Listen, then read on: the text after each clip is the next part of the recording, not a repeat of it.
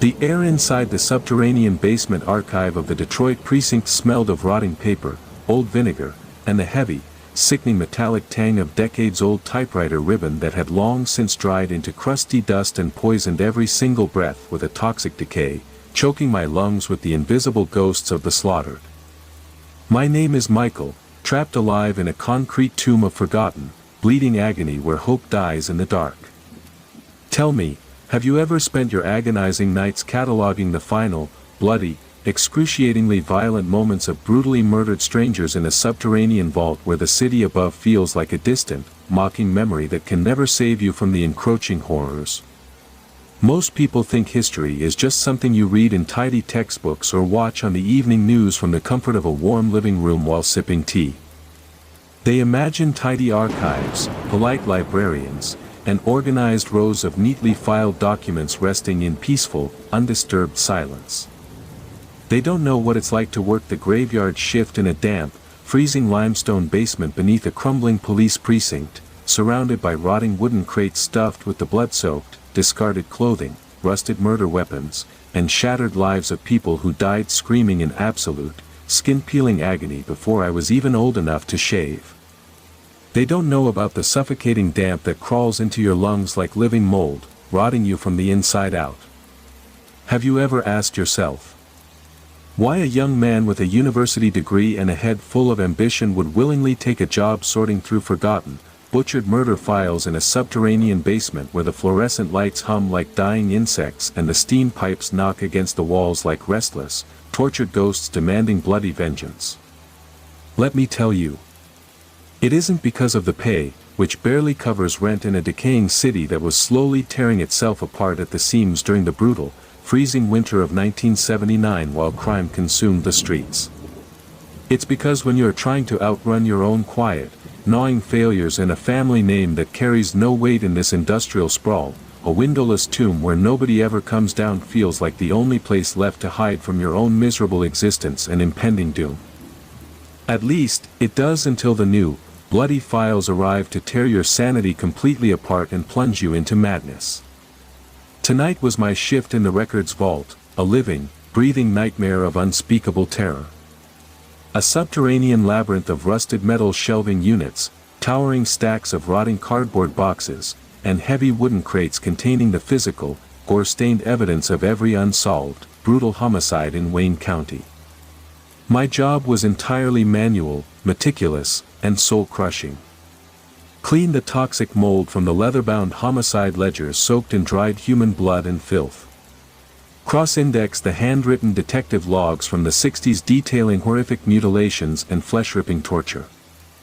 And box up the old physical evidence bags, blood-stained jackets, heavy mud-caked boots, and jagged pieces of rusted metal wrapped in dried flesh, before the humidity rotted them away completely. My fingers were stained gray from ink and carbon paper as I sat at the wobbly wooden desk, staring down at a blank index card while the rain outside hammered relentlessly against the street-level iron grate overhead like frantic fists begging to get in and tear me limb from limb. The storm water leaked through the ceiling cracks, dripping with a slow, maddening rhythm into a galvanized bucket beside my chair like a clock counting down to my brutal execution. I reached for my cold coffee mug, my trembling hand pausing halfway across the scarred wood as cold fear gripped my spine like a razor-sharp iron claw. And then, right through the heavy oak door behind me, echoing down the long, winding stone staircase from the empty, blood-soaked precinct above, came the wet, heavy, menacing sound of deliberate footsteps descending into the dark to hunt me down and carve the life from my bones. The heavy, wet sound of boots descending the winding stone staircase outside the basement archive continued their slow, deliberate, agonizing march of death, pausing for a brief, horrifying, blood-chilling second on the landing before moving steadily closer to my desk to claim my life and tear my flesh. My heart hammered against my ribs with a frantic, punishing, rib-cracking rhythm that echoed in my ears like a drumbeat inside an empty vault of death, while the cold limestone walls seemed to close in around me like a crushing vice, squeezing the very air from my lungs with every single terror-filled breath I drew. Have you ever sat entirely alone in a subterranean concrete room at midnight, listening to an approaching presence of pure malice while every instinct in your body screams that you have nowhere left to run from the butcher. People always talk about fear as a temporary spike in adrenaline that sharpens your senses and prepares you for heroic action when danger finally arrives at your doorstep. They imagine themselves moving with lightning speed, effortlessly unlocking heavy doors, grabbing hidden weapons, and outsmarting any threat that dares cross their path in the dark. They don't understand the paralyzing, suffocating weight of absolute dread that settles into your marrow when you realize you're trapped at the bottom of a concrete tomb with no escape from the slaughter. They don't know what it feels like when your blood turns to freezing ice, your trembling fingers refuse to grip anything, and your mind completely blanks out into sheer panic, leaving you trapped inside a freezing body that has suddenly forgotten how to move while terror rips your sanity to bloody shreds. I forced my rigid legs to slide backward, the wooden legs of my chair scraping softly against the damp concrete floor as I pulled myself away from the desk in a blind, clawing panic that threatened to make me vomit. My eyes darted frantically across the dim archive, searching for any possible escape, any hidden exit, or any heavy object I could use to barricade the heavy oak door against whatever merciless monster was coming down those stairs to slaughter me. There was the single wall-mounted telephone, an old rotary instrument wired directly to the main dispatch desk upstairs in the quiet, empty precinct. If I could reach it, if the lines hadn't snapped under the weight of the torrential rainstorm battering the streets of Detroit above, I could call for help and alert the night patrol before I was torn apart limb from limb. I scrambled across the room, my boots nearly slipping on a patch of damp moss near the towering metal shelving units, and grabbed the heavy black receiver off its iron cradle, pressing it desperately against my trembling, cold ear. Think about how completely dependent we are on the invisible threads of communication that tie us to the rest of the world when things fall apart and death is at the door. We pick up a phone and expect a steady, comforting hum of electricity to greet us in the dark. We trust that a voice will answer, that assistance is only a few numbers away, and that civilization is just a short conversation distance from our current location. Then you bring the receiver to your ear and find only a dead, hollow silence, devoid of any static, any dial tone, or any sign of human life, leaving you utterly abandoned to the dark and the killer. There was no sound at all coming through the wires, only the void of isolation. Not even the faint electrical hiss of a working line to offer a shred of false hope in the abyss. The heavy electrical cables strung across the precinct roof had short-circuited under the relentless weight of the storm, cutting off the last remaining lifeline between the basement archive and the police officers above. I stood there in the dark cellar, holding a dead piece of plastic and metal, listening only to the hollow echo of my own ragged, choking breathing bouncing off the damp stone walls like a dying gasp. And then, right from the top of the wooden intake table beside the desk, a sudden, sharp metallic sound cut through the suffocating silence of the room like a razor blade. Asterisk tick. Tick. Tick asterisk. A small, silver pocket watch, sitting inside an unsealed evidence tin, ticked away the seconds with a steady, rhythmic mechanical pulse that vibrated straight through the wood and into the palms of my hands like a relentless countdown to my doom.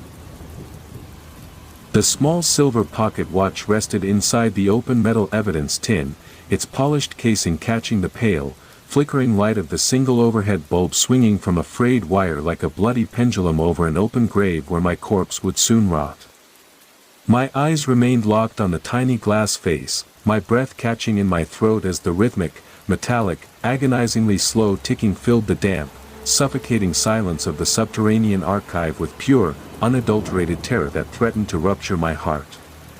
Have you ever stared at a moving object in an empty, subterranean room, convinced with sickening certainty that its relentless motion is counting down the final, bloody seconds of your life before the butcher carves you open and leaves you in pieces?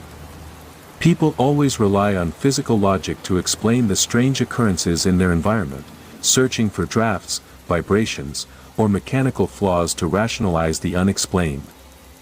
They imagine themselves staying cool and analytical, dismissing every creepy sound or ticking mechanism as a trick of the mind or an artifact of old evidence. They don't understand the psychological erosion and mental shattering that happens when the physical laws of your surroundings begin to break down one piece at a time, leaving you completely exposed to the dark and the killer. They don't know what it feels like when your mind finally accepts that there is no rational explanation left, and that whatever is happening in the dark is deliberate, focused, sadistic, and directed entirely at tearing your flesh apart while you scream. I didn't reach down to close the tin. My boots remained rooted to the cold concrete floor as I stared in sheer horror at the chaotic mountain of paperwork piled across the dark wooden table. Old case files detailing brutal murders. Autopsy reports of mutilated victims. Blood-stained clothing stiff with dried gore. And right on top of the stack, resting squarely in the center of the mahogany workspace, sat a brand new manila folder that had definitely not been there when I started my shift 10 minutes ago, carrying my absolute doom and sentence to die. The heavy, wet footsteps on the stone staircase paused abruptly. Just outside the solid oak door of the basement archive, the pacing stopped dead in its tracks, thick with lethal intent and murder. Think about how terrifying it is to realize that an adversary isn't trying to hide their presence from you anymore, but revels in your absolute helplessness and despair.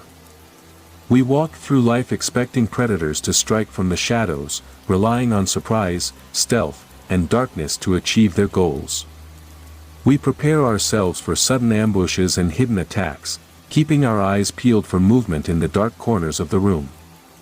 Then the footsteps stop right outside your door, and you realize they want you to know they are there to slaughter you in cold blood. They want you to listen to every second of preparation as your heart shatters against your ribs. They want you to hear the exact moment they decide to select your room from the archive to end your existence in blood and agony. A soft, choking chemical smell cut sharply through the damp odor of rotting paper and vintage vinegar. It was the unmistakable, eye-watering tang of raw gasoline, volatile and deadly, seeping underneath the bottom crack of the heavy oak door alongside a thin, creeping ribbon of gray smoke that signaled the coming fire and my fiery execution. The stranger was standing in the dark stairwell just inches from my threshold, waiting to roast me alive in this concrete tomb. He didn't have to guess which room I was hiding in from his wrath. He didn't have to waste time searching through thousands of boxes of cold cases for a new victim to slaughter. He had brought the new case file straight to me, and now he was sealing the exits to trap me in an inescapable inferno of pain. Look down at your own hands right now, while you still have the freedom to hold an object, turn a handle, or brace a door against the night before the flames consume your flesh. How long do you think those fingers will remain steady when the smoke begins to roll under the door and the heat starts to rise, scorching your skin and melting your resolve? We are all just temporary archivists cataloging the debris of a world that stopped caring a long time ago, waiting for the executioner's fire and the final blade. The heavy iron deadbolt on the outside of the archive door slid into place with a quiet, chilling, final click that locked me inside my tomb forever. The brass key slid deep into the outer lock cylinder of the basement archive door with a quiet, frictionless, blood-chilling glide that bespoke years of careful oiling, maintenance, and calculated butchery. My hands hovered in the freezing, damp air of the room, trembling so violently and uncontrollably that my fingers felt completely disconnected from the rest of my body, ready to shatter.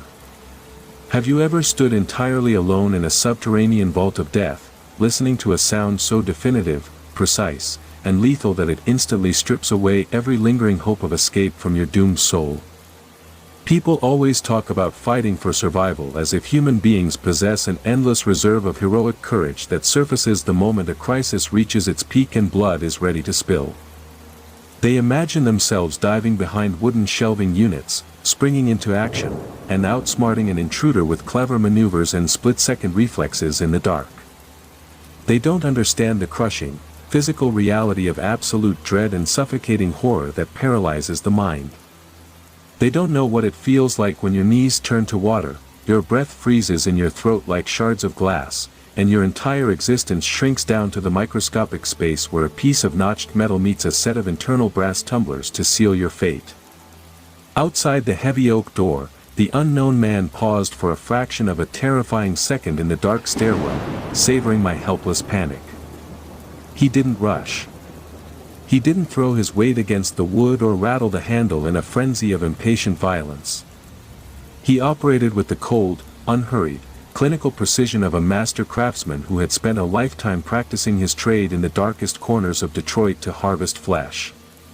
A slow, deliberate rotation of the wrist. Click.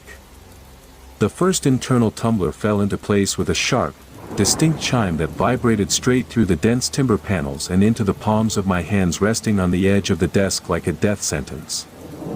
Think about how foolishly we trust in simple barriers like wooden doors, deadbolts, and brass locks to protect us from the merciless predators of the earth who hunger for our bones. We turn a key in the morning, slide a bolt into place at night, and walk away feeling secure in our little boxes, convinced that a piece of treated timber and a cast iron plate can hold back a human being who has dedicated his entire existence to breaking boundaries and tearing flesh. We assume that civilization is a permanent wall keeping the dark things at bay. Then an escaped killer walks up to your archive door with a master key in his hand, and you realize that a locked door is nothing more than a wooden coffin waiting for a lid to be nailed shut in blood.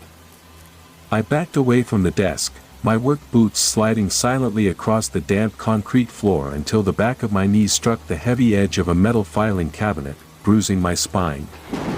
My eyes darted frantically around the dim, shadow-filled room, searching for any possible weapon, any heavy tool, or any piece of furniture I could use to block the entrance before the second tumbler fell and the slaughter began.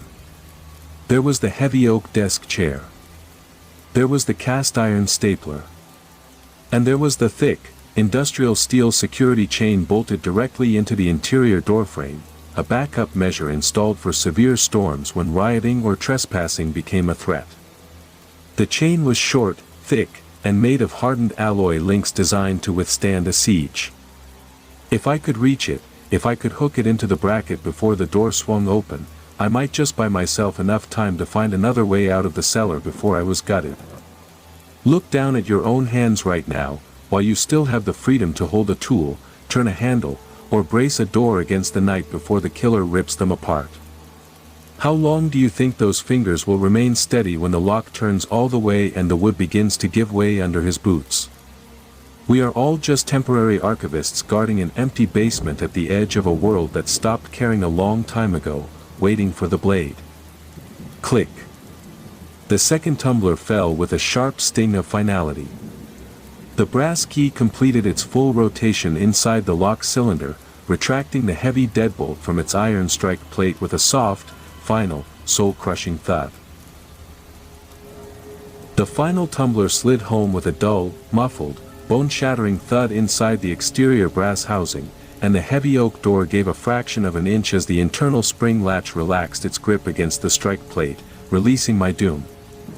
My boots scrambled frantically across the damp concrete floorboards, my arms reaching out wildly in the dim, shadow-filled archive as I lunged toward the back of the door just as the polished brass handle began to rotate from the outside to let the butcher in. Have you ever experienced a moment where every single second stretches out into an agonizingly long eternity of pure terror, as if time itself had frozen out of sheer pity for your impending, bloody doom? People always talk about split-second reactions as if a human being can operate like a flawless machine when a crisis hits its critical breaking point. They watch fictional dramas where characters effortlessly throw heavy barricades into place, sprint down escape corridors, and outsmart ruthless killers with a clever trick up their sleeve. They don't know the suffocating reality of absolute, unadulterated panic that shreds the mind.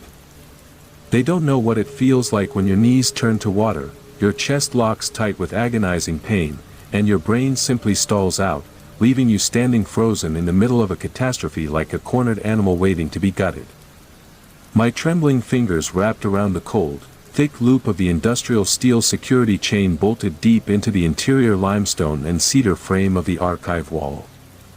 The chain was short, heavy, and made of hardened alloy links designed to withstand the brutal force of rioters trying to break their way in to commit unspeakable massacres. With a frantic, gasping heave, I pulled the sliding metal link across the gap, guiding its notched end desperately into the wall-mounted iron slot just as the exterior door swung inward with lethal speed. Clang! The heavy oak door slammed violently against the taut steel chain, stopping abruptly with a bone-rattling, deafening metallic shock that fractured my nerves and vibrated straight up into my aching shoulders. Think about how foolishly we trust in simple barriers like security chains, door brackets, and flimsy latches to protect us from the bloodthirsty predators of the world. We slide a piece of hardened metal into a slot, step back, and walk away feeling secure in our little boxes, convinced that a cast iron link can hold back the raw, primal violence of a human being who has dedicated his entire existence to tearing flesh. We assume that a physical barrier is a permanent wall keeping the dark things at bay. Then a ruthless predator puts his full weight against the other side of that door, and you realize that a security chain is nothing more than a thin wire holding back an avalanche of slaughter. Through the narrow 4-inch gap between the door edge and the wooden jamb, the pale, flickering light of the hallway cut into the dark archive like a razor-sharp knife blade ready to slice me open. I pressed my entire body weight against the heavy wood, my boots sliding slightly on the smooth concrete over puddles of sweat, holding my breath as I stared into the terrifying opening. For a second, there was complete, suffocating silence. No movement. No breathing. Just the relentless patter of the storm raging against the street-level iron grate overhead like death knocking. And then, slowly, a monstrous face appeared in the gap to claim me. Look down at your own hands right now, while you still have the freedom to hold a tool, turn a handle, or bar a door against the night before the killer hacks them off. How long do you think those fingers will remain steady when the barrier begins to strain and the screws start tearing out of the wood in a shower of splinters? We are all just temporary archivists guarding a basement full of forgotten deaths at the edge of a world that stopped caring a long time ago, waiting for the executioner's blade. A pair of cold, dead, unblinking eyes peered through the narrow opening from the dark hallway, fixing directly upon mine with an unsettling, clinical, sadistic curiosity. The killer didn't shout. He didn't curse or try to force his way through the chain with brute violence. Instead, a slow, thin, terrifying smile crept across his weathered, blood-spattered face as he raised a gloved hand and gently tapped his index finger against the taut steel link holding his entry at bay, mocking my pathetic final struggle. The gloved, blood-stained index finger tapped against the taut, vibrating steel security link once, twice, 3 times, producing a sharp, bone-chilling, ear-splitting metallic ping that echoed like an agonizing death knell through the narrow, suffocating gap of the heavy oak archive door, driving straight into my fractured, trembling soul as absolute terror mercilessly seized my racing heart.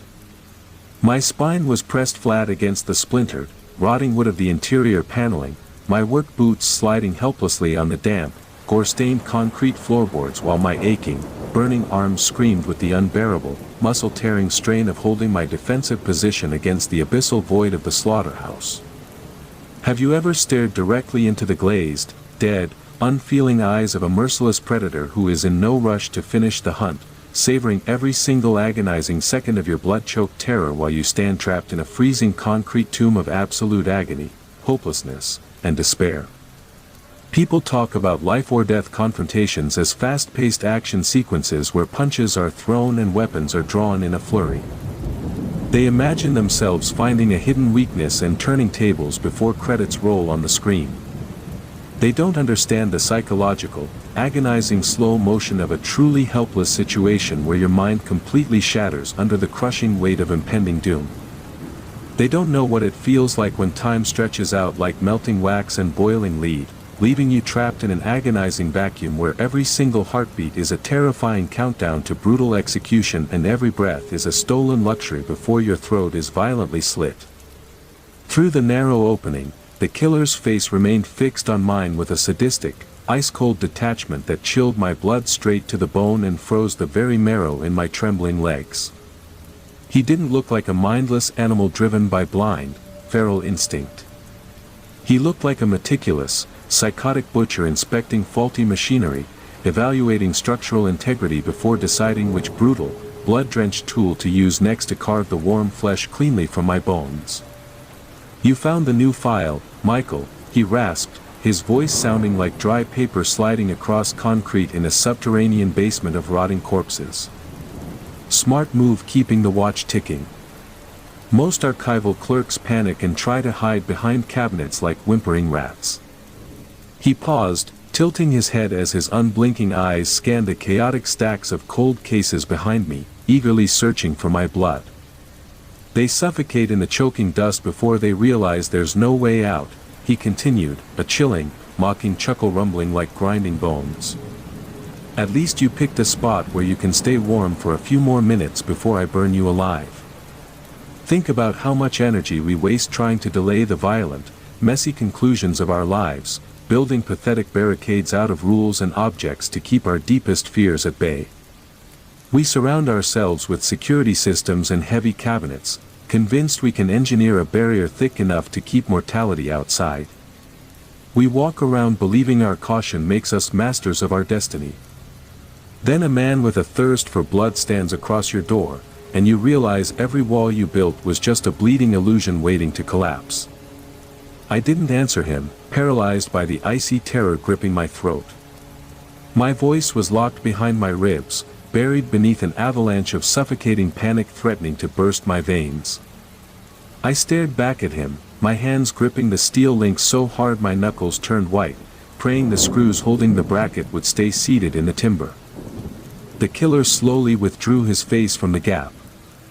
For a terrifying second, the hallway went completely dark and quiet. I thought for a delusional moment that maybe he had given up, that the chain had discouraged him, and he was walking away from my terror. Then I heard a menacing metallic scraping sound coming from the threshold, signaling the massacre. "Look down at your hands right now, while you have the freedom to hold an object before the killer hacks them off. How long will those fingers remain steady when the adversary decides to dismantle your sanctuary with unbridled violence? We are all temporary archivists guarding a basement of forgotten deaths, waiting for the blade to fall." The scraping sound stopped abruptly. And a heavy, iron-tipped crowbar slid smoothly through the gap like a venomous snake, resting its flat head against the interior frame right above the bracket, ready to shatter wood and steel. The flat, wedge-shaped head of the iron crowbar rested against the aged cedar wood frame of the basement archive door, positioned with terrifying precision directly above the mounting screws of the security chain bracket. My palms burned, the cold steel links biting into my calloused skin while my entire body weight strained against the interior panels to keep the barrier from shifting an inch. Have you ever watched an immovable object slowly give way under an irresistible force, knowing that every fiber of your being is powerless to stop the descent? People always talk about structural resilience as if wood, iron, and steel possess an eternal strength capable of weathering any storm or defending against any assault from the outside world. They imagine themselves leaning against a heavy barrier with unwavering determination, holding the line against the darkness through sheer grit, stubbornness, and willpower. They don't understand the brittle, unforgiving nature of dead timber under extreme mechanical leverage in an unheated cellar. They don't know what it feels like when the wood begins to groan, the mounting screws start to squeal as they are ripped sideways out of their pilot holes, and you realize that physical matter has a strict limit to how much agony it can endure before it finally snaps. Outside in the narrow gap of the doorway, the killer applied steady, downward pressure on the long handle of the iron crowbar. There was no frantic swinging, no wild shouting, and no desperate display of brute, mindless strength. He operated with the quiet, methodical patience of an engineer dismantling a wooden crate on a factory floor. Creak, snap. The sound was small at first, the sharp, high-pitched fracture of dry cedar fibers giving way under the immense mechanical advantage of the steel wedge. A fine cloud of pale wood dust drifted down from the doorframe, settling onto my shoulders and the back of my hands like gray winter snow in the damp vault. Think about how much of our lives we spend investing our security in inanimate things, basement walls built of limestone blocks, blocks forged from cheap brass, and boundaries drawn on fragile maps of a city that was already dying. We walk through our daily routines wrapped in the comforting illusion that our workplaces are fortresses, that our heavy doors will always hold, and that the savage chaos of the streets can never cross our threshold. We trust in the permanence of walls and the protection of badges. Then a man slides a crowbar into your doorframe, and you realize that civilization is just a thin layer of varnish over a rotting forest, ready to splinter the moment someone applies enough pressure. "You built a solid anchor, Michael," the killer rasped from the hallway, his voice carrying a calm, conversational tone that cut straight through the howling roar of the storm raging outside the iron grates. "I'll give you that." Most archive clerks wouldn't have thought to hook the chain before the second turn of the deadbolt.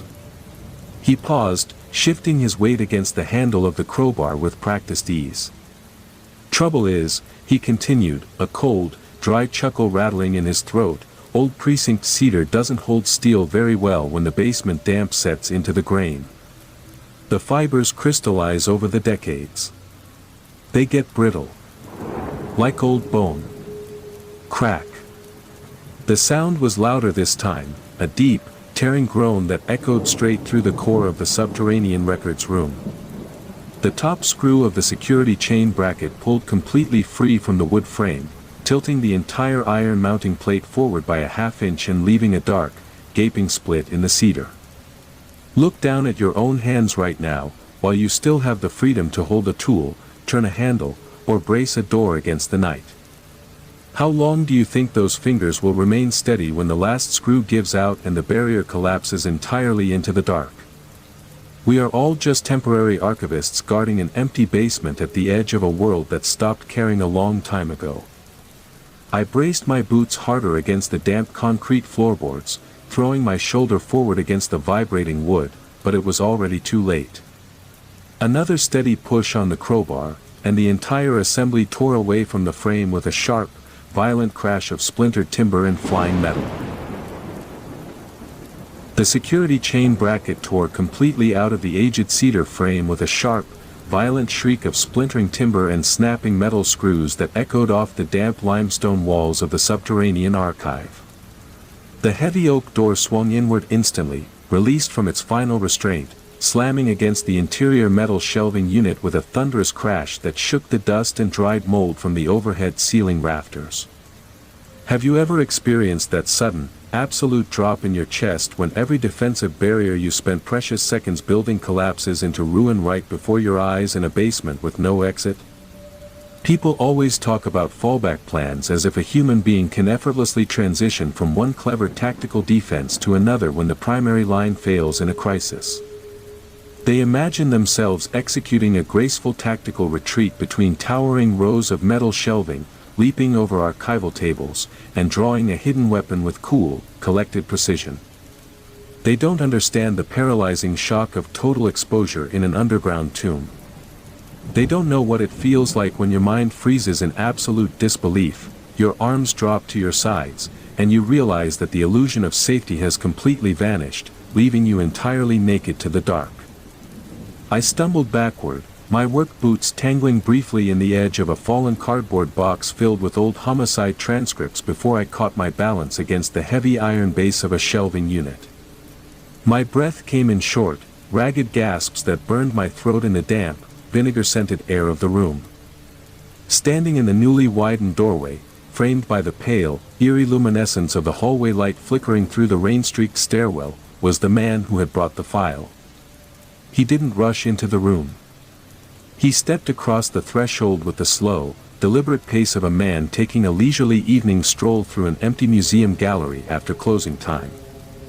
In his right hand, he held the heavy iron crowbar loosely by its shaft, the flat wedge tip dragging slightly across the damp concrete floorboards with a soft, grating hiss that set my teeth on edge.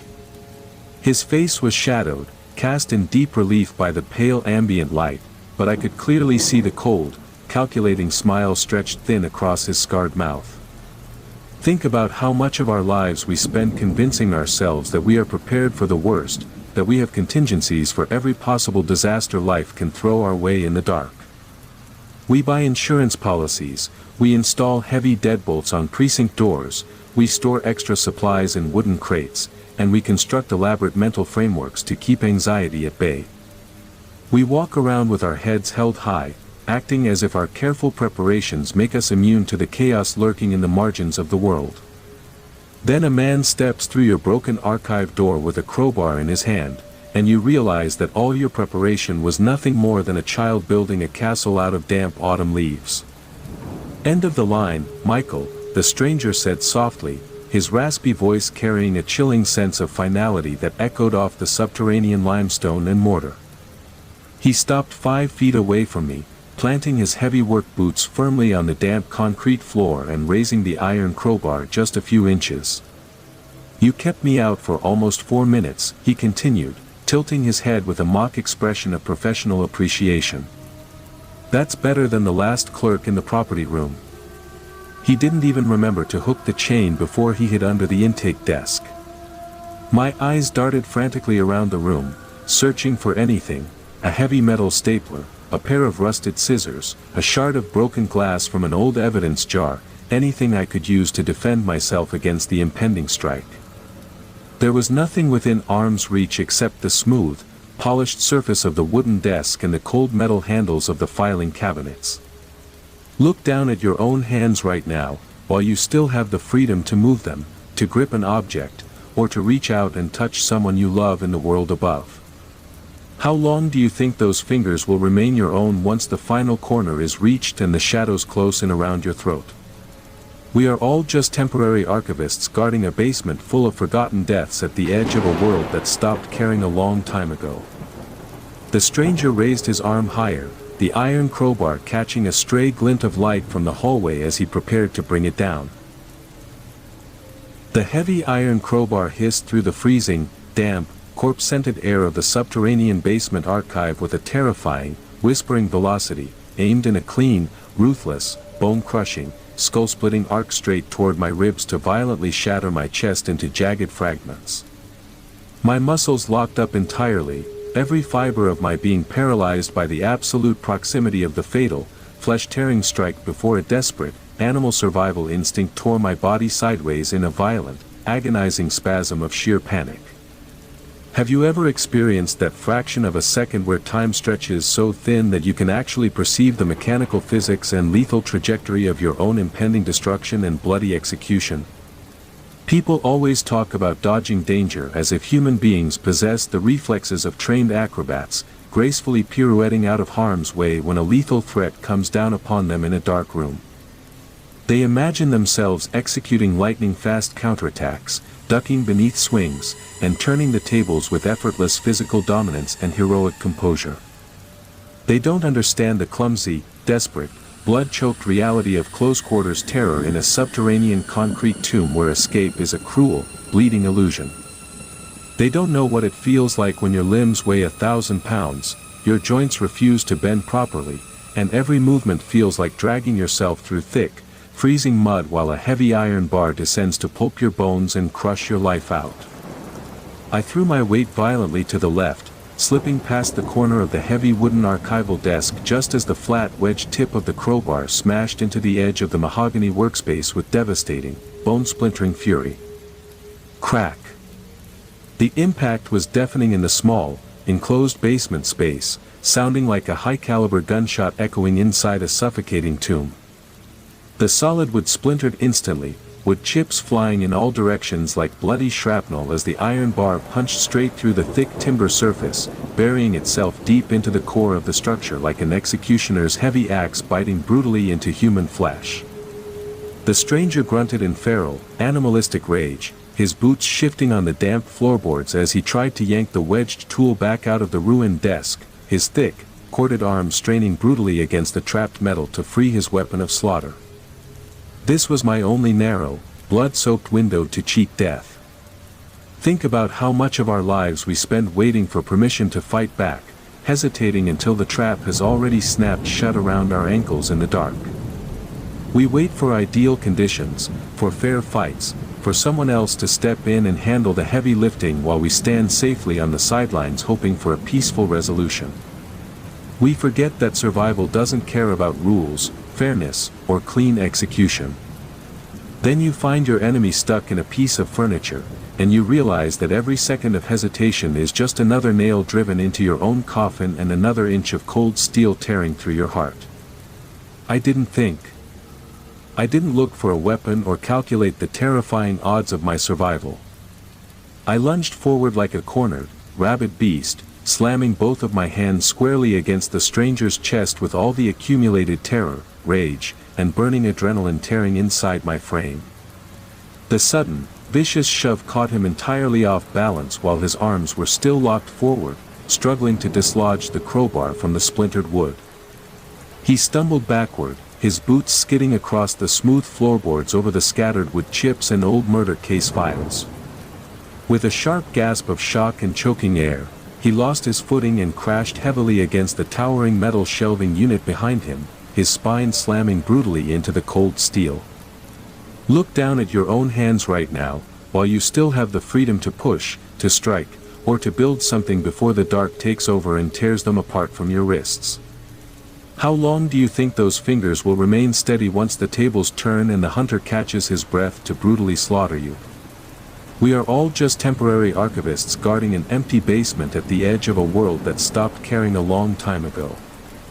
The massive iron shelving unit shuddered violently under his heavy weight, the dozens of heavy cardboard homicide boxes rattling like loose teeth in a severed skull, as the stranger hit the concrete floor with a dull, echoing, agonizing thud that signaled the start of real violence. The heavy cedar wood keyboard shuddered violently against the damp limestone basement wall, the dozens of tiny iron hooks rattling like loose teeth in a severed jaw as the killer hit the stained concrete floorboards with a dull, echoing, bone-crushing thud. My chest heaved with ragged, freezing, blood-choked breaths, my hands still outstretched from the frantic, desperate shove that had caught him off balance and sent him sprawling into the dark, suffocating corner of the records vault. Have you ever stood over a ruthless adversary who has just fallen, waiting for them to rise again, knowing that a single momentary lapse in your vigilance will be your absolute undoing and gruesome demise? People always talk about victory in a conflict as if it arrives with a clean, triumphant finish line where the bad guy stays down and the hero walks away into the sunlight of the city above. They imagine themselves breathing a sigh of relief, dropping their guard, and assuming the nightmare is finally over once the physical threat hits the floor. They don't understand the exhausting, paranoid, soul-crushing reality of surviving a predator who doesn't stay down when you need him to. They don't know what it feels like when your legs shake so hard you can barely stand, your lungs burn for want of clean air, and your mind races with the terrifying certainty that the fall was nothing more than a momentary inconvenience to a professional butcher. The stranger didn't stay down for long in the dark. Even as his shoulder scraped hard against the base of the wall, his thick, calloused hands were already moving, brushing away a cascade of loose brass keys that rained down upon him from the shaken board above like falling nails. Clink, clatter, clink. Dozens of small, notched metal tags dropped from their hooks like heavy metal raindrops, scattering across the gore-stained floor around his heavy boots and rolling into the dark shadows beneath the metal shelving units. He didn't curse. He didn't cry out in pain. He simply shook his head slightly, clearing the choking dust and soot from his dark hair, and planted his palms flat against the concrete to push himself back up to a kneeling position with terrifying ease. His cold, dead, unblinking eyes locked back onto mine with an intensity that felt heavier than the winter storm raging outside the basement grates. Think about how fragile our sense of accomplishment really is when we believe we have finally overcome an obstacle that has haunted us through the darkest hours of the night. We celebrate early victories, we pat ourselves on the back for surviving a close call, and we convince ourselves that our cleverness has permanently changed the outcome of our story.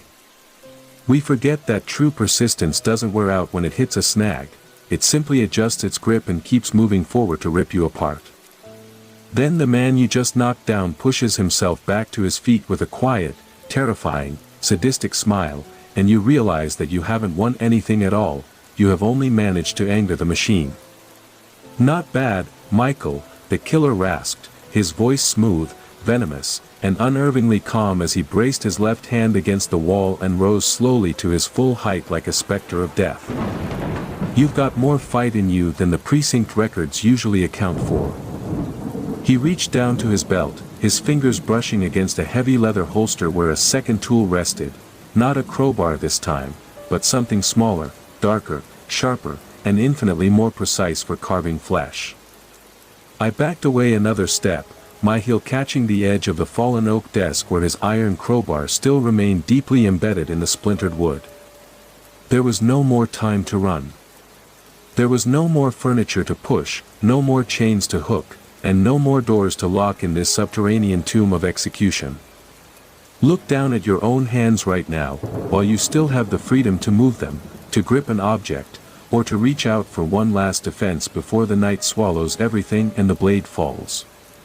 How long do you think those fingers will remain your own once the final confrontation begins and the distance between you and the hunter vanishes completely?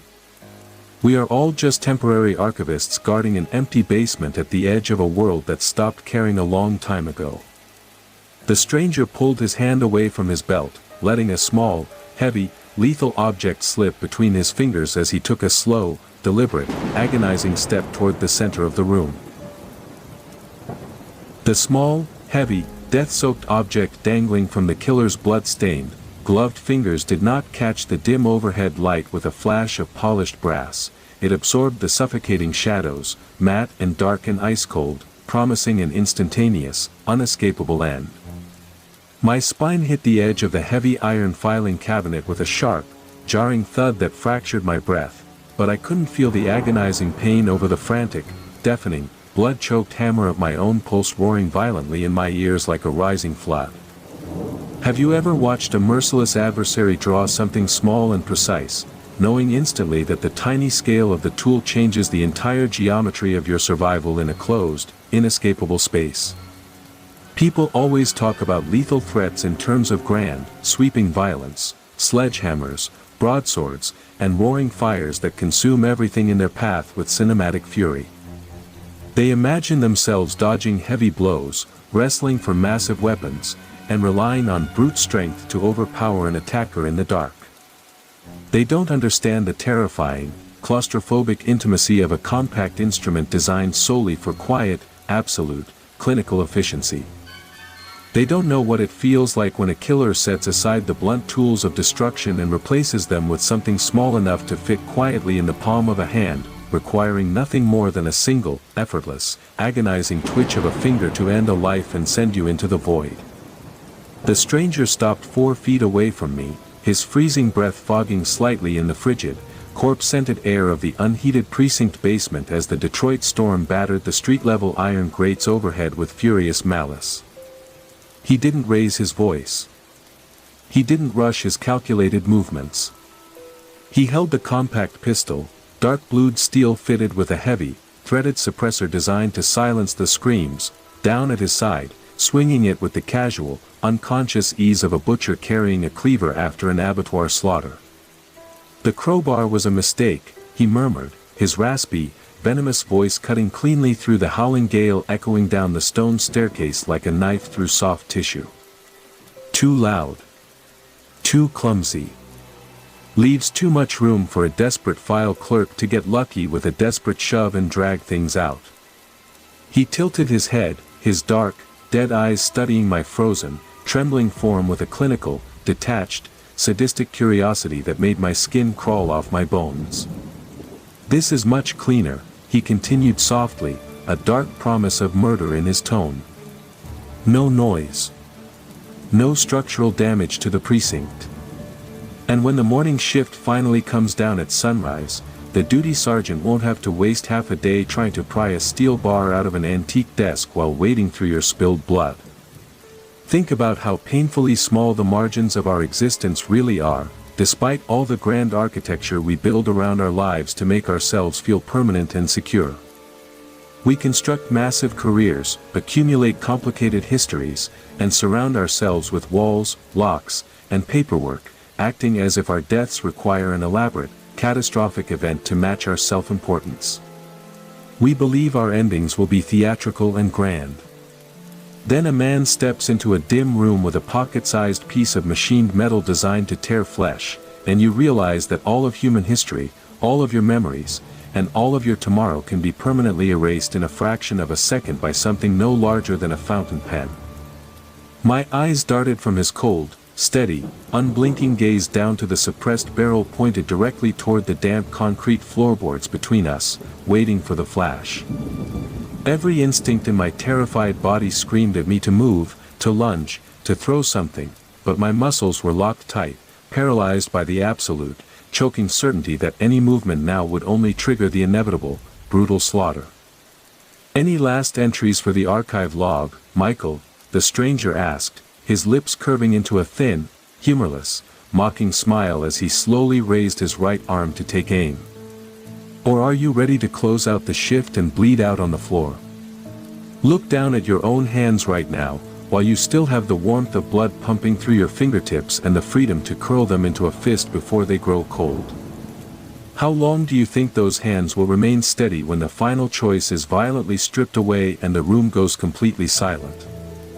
We are all just temporary night clerks guarding an empty basement at the edge of a world that stopped caring a long time ago."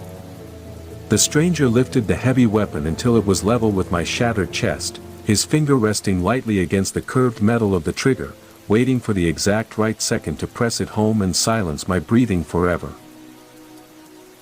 The heavy, pitch-black, ice-cold steel barrel of the suppressed pistol did not waver by a single terrifying millimeter, held completely steady by a ruthless butcher's arm trained in decades of quiet, methodical, flesh-tearing, bone-crushing violence in the damp, blood-soaked underbelly of Detroit.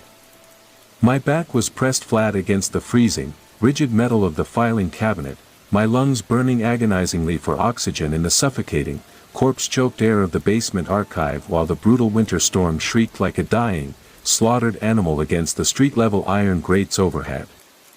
Have you ever experienced that strange, surreal, bone-chilling moment right before the bloody end, when the frantic panic of survival suddenly dissolves into a vast, heavy, soul-crushing silence of utter despair?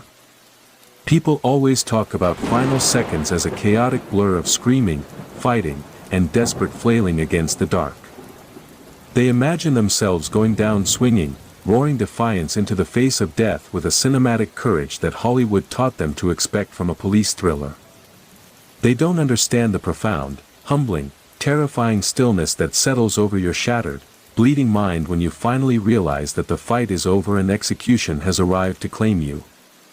They don't know what it feels like when the noise of the world fades away into absolute nothingness, leaving only the sound of your own heartbeat slowing down, tick by agonizing tick, like a mechanical clock running out of its final drops of lifeblood.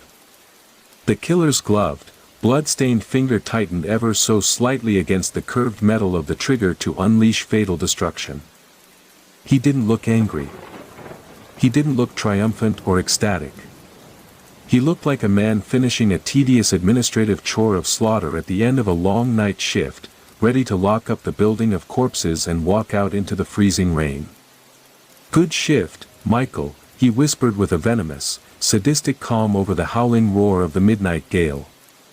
"Think about how foolishly we cling to the fragile illusion that we are the authors of our own stories, writing grand chapters about our university degrees, our ambitions, our secrets, and our tomorrows. We spend years running from our pasts, hiding in subterranean records vaults, and building barricades out of wood and iron, convinced that we can cheat the final audit of our lives. We act as if our existence matters to the vast, empty city surrounding us. Then a man points a small piece of steel at your chest in a forgotten, blood-soaked basement, and you realize that the world never belonged to us at all. We were just temporary tenants passing through a dark room, waiting for someone to return the key to the board and wipe away our blood." I closed my eyes tightly against the horror. Not in fear, but simply to shut out the pale, ghostly light of the hallway, leaving behind a sudden, absolute darkness that felt surprisingly peaceful after hours of sheer terror. I listened to the water dripping into the galvanized bucket like drops of blood. I listened to the distant, rhythmic ticking of the silver pocket watch still resting on the intake table, counting down my final breaths. And then, across the quiet, corpse-filled archive, from the wall-mounted keyboard where hundreds of metal tags hung in silent rows, a single stray brass key slipped from its iron hook and dropped softly onto the concrete floorboards. Clink. Look down at your own hands right now, while you still have the breath in your lungs and the strength to move your fingers before they grow stiff. How long before the board is cleared, the lights go out, and the basement is left completely empty for the next doomed archivist to find? We are all just temporary guards at the edge of a world that forgot our names. The suppressed pistol made a tiny, muffled, deadly puff sound that vanished instantly beneath the roar of the Detroit storm as the heavy bullet tore through my flesh and shattered my heart. And the dark rushed in to fill the room, consuming my soul forever.